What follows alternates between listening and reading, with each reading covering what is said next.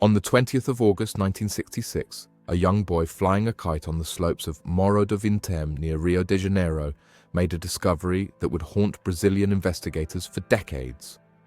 Partially hidden in the grass, two men lay side by side, dressed immaculately in formal suits with waterproof coats draped over them. Next to their bodies, an empty water bottle, two wet towels, and a small notebook containing cryptic instructions written in Portuguese. But the detail that transformed this from a tragic discovery into one of the most perplexing mysteries of the 20th century was what the men wore on their faces. Crude masks fashioned from lead, covering their eyes like something from a science fiction film. No signs of violence, no obvious cause of death. Just two electronics technicians, formally dressed on a remote hillside, wearing homemade radiation shields, apparently waiting for something that never came. Welcome to Vanishing Threads. Today we're exploring the lead mask case, but this isn't simply another unsolved mystery from Brazil's past.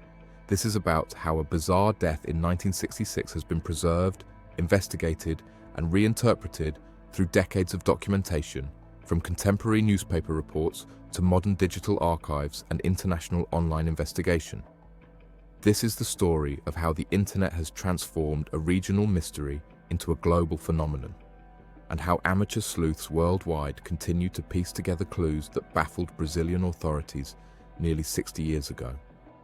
The story begins not on Vintém Hill, but several hundred kilometers to the northeast in Campos dos Goitacazes, a town in Rio de Janeiro state where two men prepared for what they told their families would be a routine work trip. Manuel Pereira da Cruz and Miguel José Viana were both electronics technicians, skilled workers in a field that was rapidly advancing during the 1960s. They were friends and colleagues who occasionally worked together on various projects. On the 17th of August 1966, they informed their families they needed to travel to Niterói to purchase materials for work. It was a plausible explanation. Niterói, located across Guanabara Bay from Rio de Janeiro, was a larger city with better access to specialized electronic components. The two men boarded a bus that afternoon, beginning what should have been a straightforward journey. According to witness accounts later gathered by police, Cruz and Viana arrived in Niterói at approximately 2:30 in the afternoon. Their movements over the next few hours can be partially reconstructed through witness testimony and receipts found on their bodies. They visited a shop where they purchased two waterproof coats, an unusual acquisition given the weather was reportedly clear that day. They then stopped at a local bar where they purchased a bottle of water. The waitress who served them would later provide crucial testimony to investigators. She described Viana as appearing very nervous and noted that he repeatedly checked his watch, as though anxious about meeting a specific timeline. This detail would become significant when police later discovered the notebook found near the bodies. The waitress was the last person known to have seen Cruz and Viana alive. After leaving the bar, the two men apparently made their way directly to Morro do Vintém, a hill on the outskirts of Niterói, known for its difficult terrain and relative isolation. 3 days passed before their bodies were discovered. On the afternoon of the 20th of August, a young boy was flying his kite on the slopes of Vintém Hill when he noticed something unusual in the grass. Moving closer to investigate, he found the two bodies and immediately alerted authorities. However, the remote location and challenging terrain meant that police and firefighters struggled to reach the scene. A full day elapsed before a small team finally managed to climb the hill and examine the bodies on the 21st of August.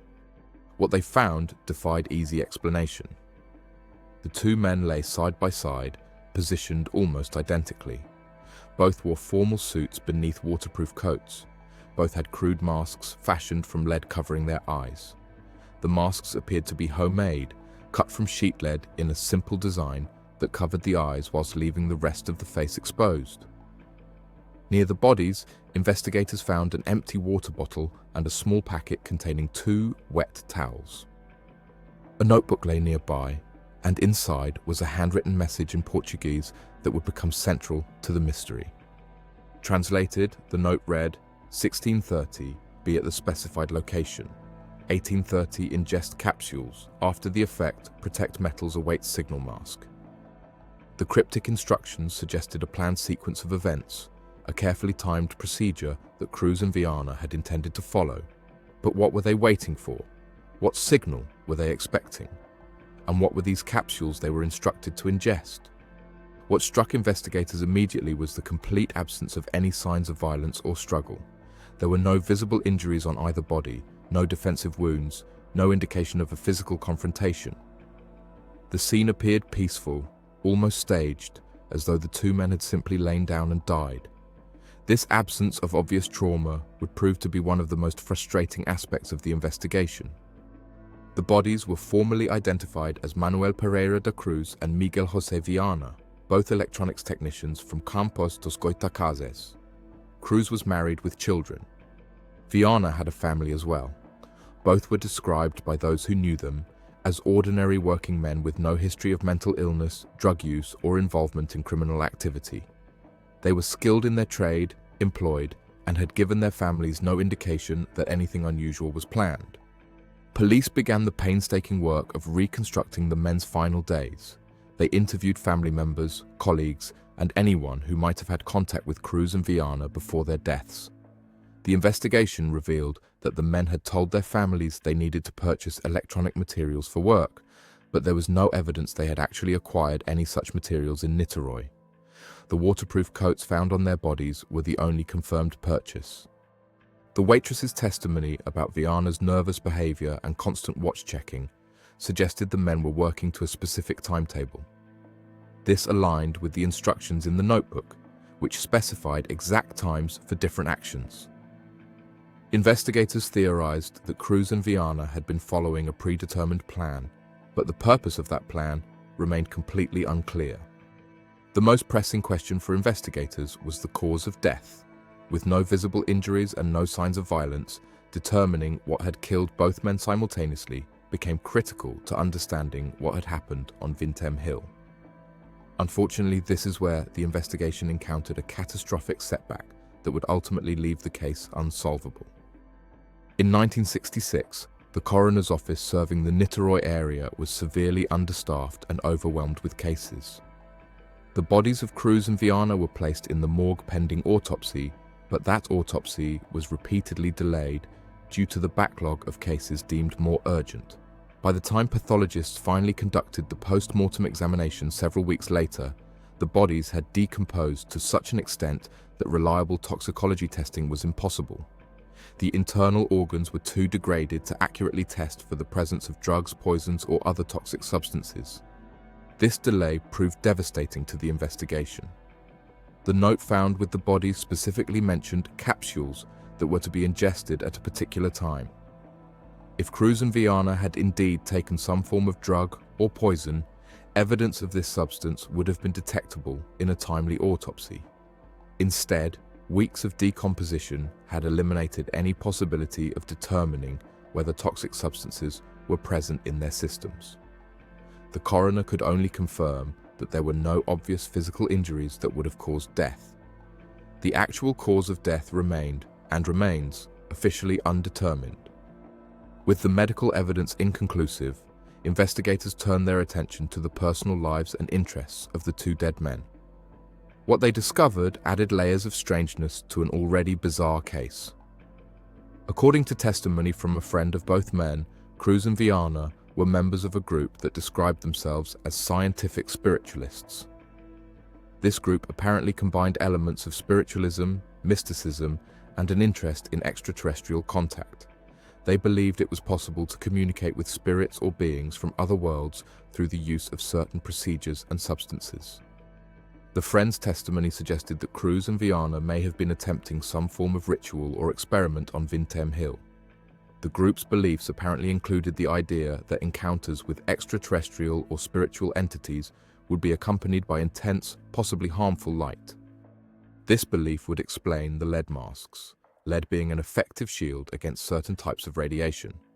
The men may have fashioned the masks to protect their eyes from what they expected would be blindingly bright illumination during their planned contact. When police searched the homes of Cruz and Viana, they found materials that seemed to corroborate this theory. Both men possessed literature about spiritualism and the spirit world. They had materials for constructing lead masks, suggesting the ones found on Vintém Hill were not the first they had made. There were notes and diagrams related to their spiritual practices.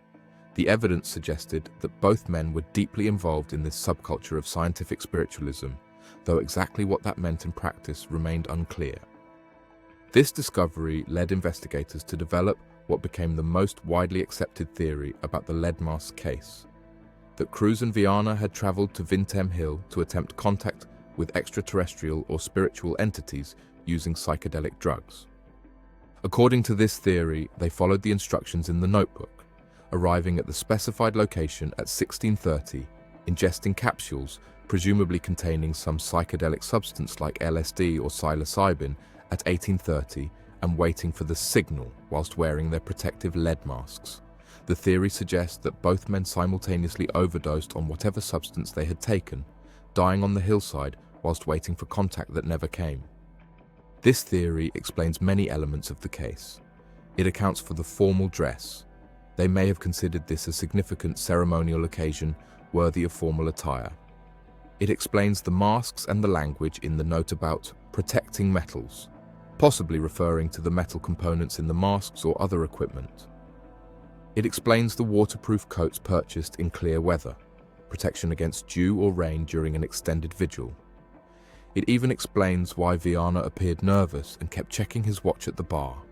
He was anxious about following the precise timeline laid out in the notebook. However, significant questions remain unanswered. If the men died from a drug overdose, why did both die at almost exactly the same time? Drug overdoses, particularly from psychedelics, typically don't cause simultaneous death in multiple individuals unless the dosage is extraordinarily high and identical. Why were the towels wet? What was the purpose of the water bottle? Who was supposed to provide the signal they were waiting for? Were there other members of their spiritualist group involved who survived or fled the scene? Some investigators have proposed alternative theories.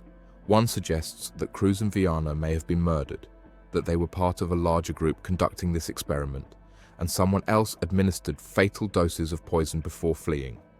However, this theory struggles to explain why the men would have written instructions for their own poisoning, and why there were no signs of struggle if they were killed against their will.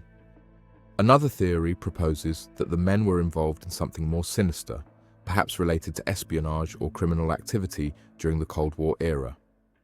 Brazil in the 1960s was experiencing political upheaval, and some have speculated that electronics technicians with knowledge of radio equipment might have been involved in covert activities. However, no evidence has ever emerged to support this theory, and it doesn't explain the spiritual materials found in their homes or the cryptic notes references to waiting for a signal. A more mundane theory suggests the entire event might have been a suicide pact, with the spiritualist element serving as a comforting framework for two men who had decided to end their lives. Yet this theory fails to explain why they would have traveled so far, dressed so formally, or constructed elaborate lead masks if the goal was simply to commit suicide. It also doesn't account for the careful timing in the instructions or the apparent expectation of some external signal. The lead masks case gained international attention when it was reported in Flying Saucer Review in March 1967. The article, titled "The Mystery of the Morro do Vintém," brought the bizarre circumstances to the attention of UFO researchers and mystery enthusiasts worldwide.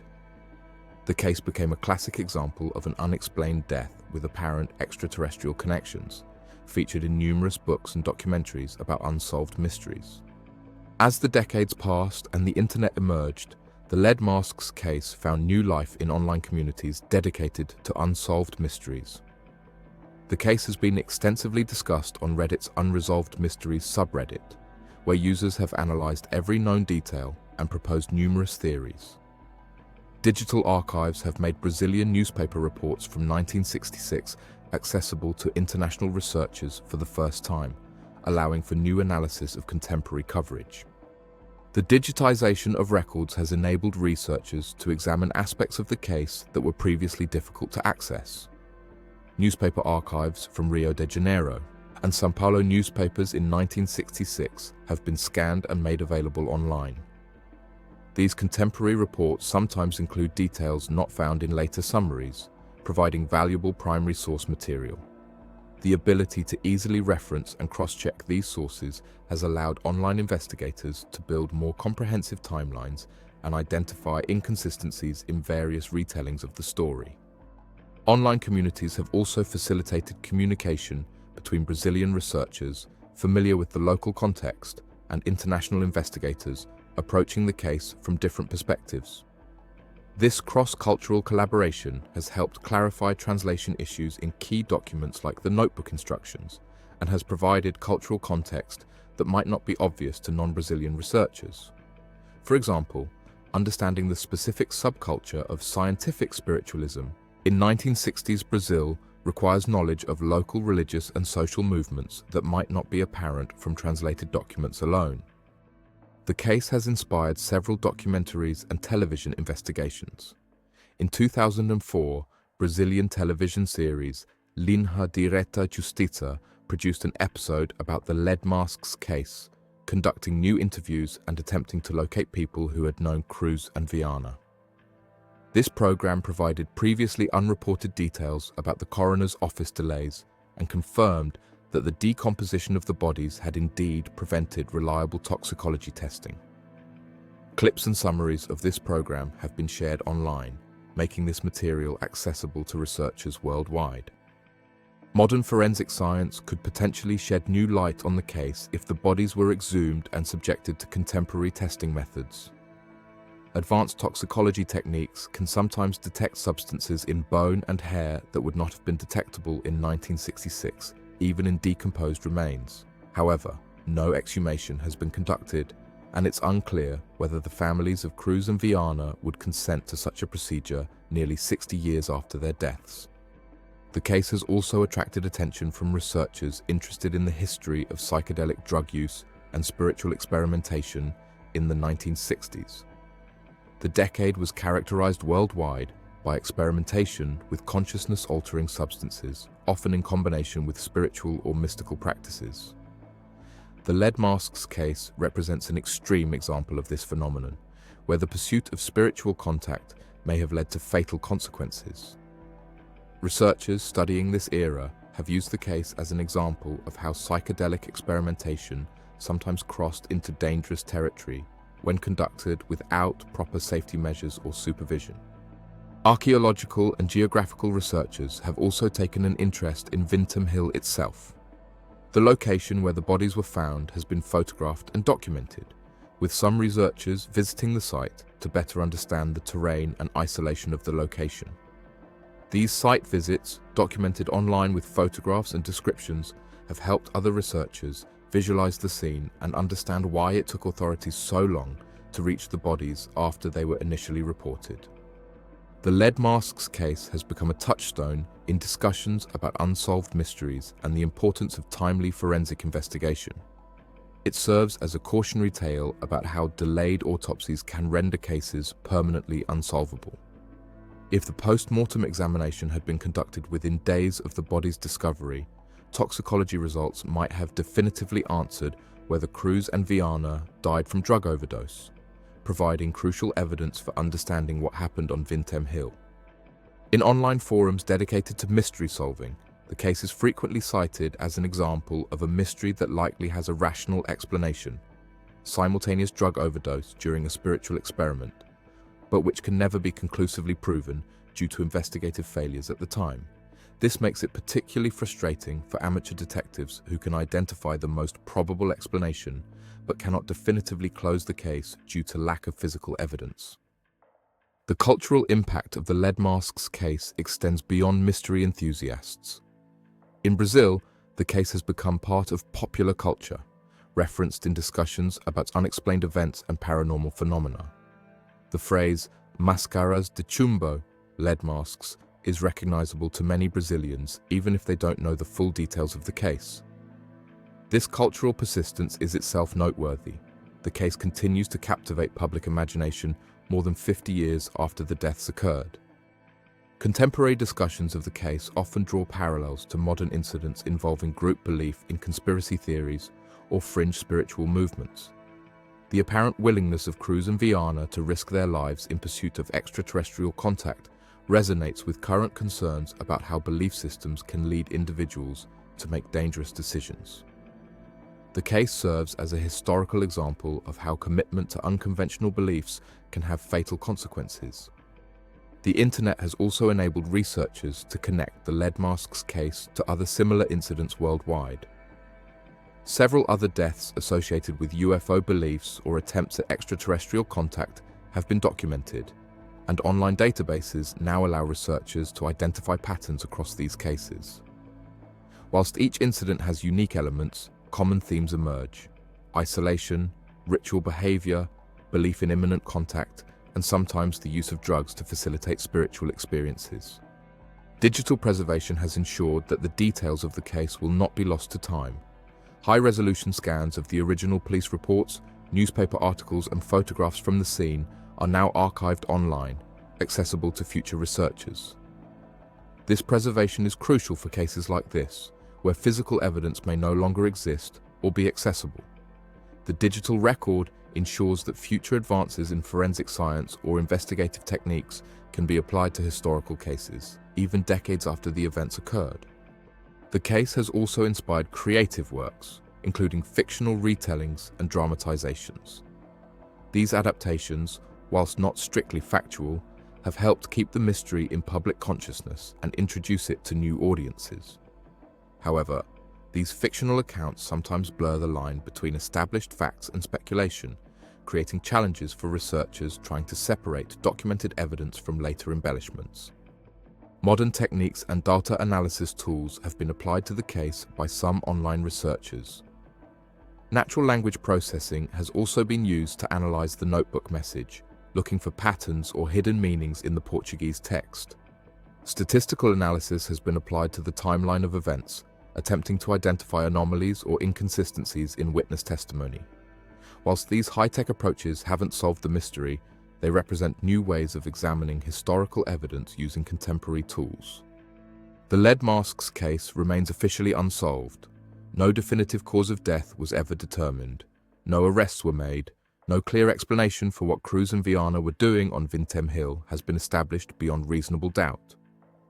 The most probable theory, that they died from drug overdose whilst attempting spiritual contact, remains just that: a theory, unproven and unprovable given the degraded state of the evidence. What we know with certainty is limited but disturbing. Two men traveled to a remote hillside. They purchased waterproof coats and brought an empty water bottle and wet towels. They wore formal suits and homemade lead masks.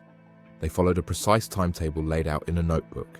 They died within hours of each other with no visible signs of violence or struggle. They were found 3 days later, their bodies already beginning to decompose in the Brazilian heat. Everything else, the purpose of their journey, the nature of the capsules mentioned in their note, the signal they were waiting for, and ultimately the cause of their deaths, remains speculation. The degraded autopsy evidence ensures that some questions will never be answered with complete certainty. The lead mask case will remain one of Brazil's most perplexing mysteries, preserved now not just in police archives, but in digital repositories accessible to anyone with an internet connection and a curiosity about the unexplained. The story of Manuel Pereira da Cruz and Miguel José Viana serves as a reminder that even in our interconnected digital age, some mysteries resist solution. Their formal suits and crude lead masks, their cryptic instructions and careful timing, their isolated hillside vigil waiting for a signal that apparently never came. These elements combine into a narrative that fascinates precisely because it defies complete explanation. We can theorize, we can speculate, we can apply modern analytical tools to decades-old evidence, but we cannot definitively know what happened on Vintém Hill on the 17th of August 1966. Perhaps that is why the case continues to captivate researchers and mystery enthusiasts worldwide. In an age where information is ubiquitous and answers seem always within reach, the lead masks case reminds us that some questions remain unanswerable. The two electronics technicians took their secrets with them when they died on that remote Brazilian hillside, leaving behind only tantalizing clues and a mystery that has outlived them by more than half a century. In 1966, Two men believed something strongly enough to die for it. We may never know what that something was. But perhaps the real question isn't what they were waiting for, but what makes any of us so certain of things we cannot prove. As always, thank you for tuning in. And remember, stay curious, stay safe.